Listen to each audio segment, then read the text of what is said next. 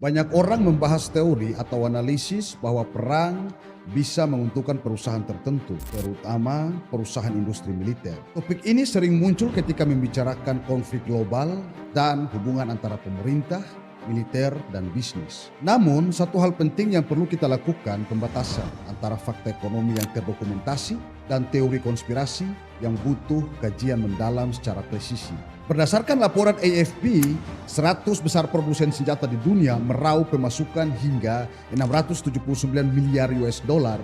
Peningkatan ini disebabkan oleh perang di Ukraina dan Gaza, ketegangan geopolitik global dan regional, serta pengeluaran militer yang semakin tinggi. Jika kita lihat data dari Stockholm International Peace Research Institute, Amerika Serikat mempunyai perusahaan yang disebut kontraktor pertahanan.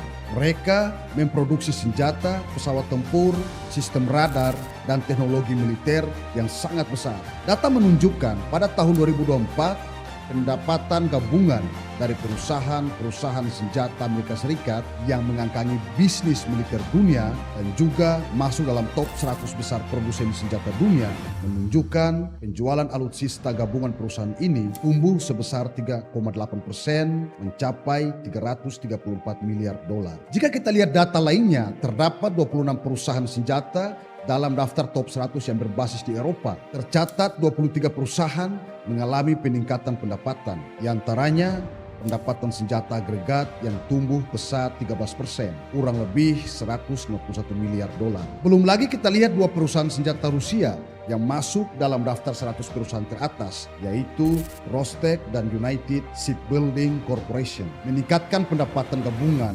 mereka dari penjualan senjata sebesar 23% menjadi 31,2 miliar US dollar. Meskipun ada sanksi internasional. Menyusul 9 dari 100 perusahaan senjata teratas juga berbasis di Timur Tengah, yang salah satunya adalah Israel, di mana terdapat 3 perusahaan senjata Israel yang memicu terjadinya peningkatan pendapatan gabungan sebesar 16% sehingga mencapai angka 16,2 miliar dolar. Dari data yang ada mengonfirmasi ketika terjadi konflik besar, pemerintah pasti meningkatkan anggaran pertahanan, membeli senjata, drone, rudal, kendaraan militer, dan melakukan penggantian stok senjata yang dipakai. Dan jika ini terus berlangsung, tentu meningkatkan pendapatan yang besar bagi perusahaan-perusahaan alutsista. Dan ini fakta ekonomi, bukan teori. Jika kita lihat keputusan perang, biasanya melibatkan banyak faktor kompleks. Persoalan geopolitik, keamanan nasional, konflik wilayah, aliansi militer,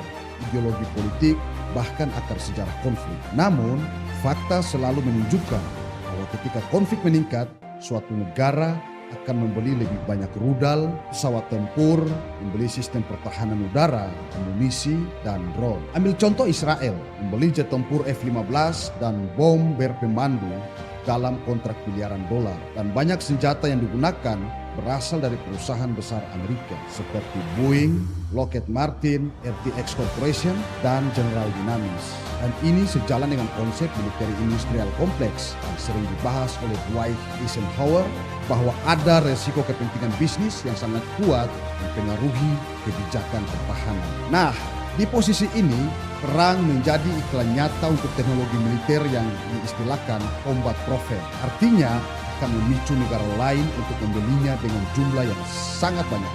Dan ini bisa membuat perusahaan produsen senjata global akan meraup keuntungan yang sangat fantastis. Lalu pertanyaannya, apakah perusahaan-perusahaan ini yang memulai perang? Ini menjadi bagian yang mengubah jalannya teori konspirasi. Bagaimana menurut Anda?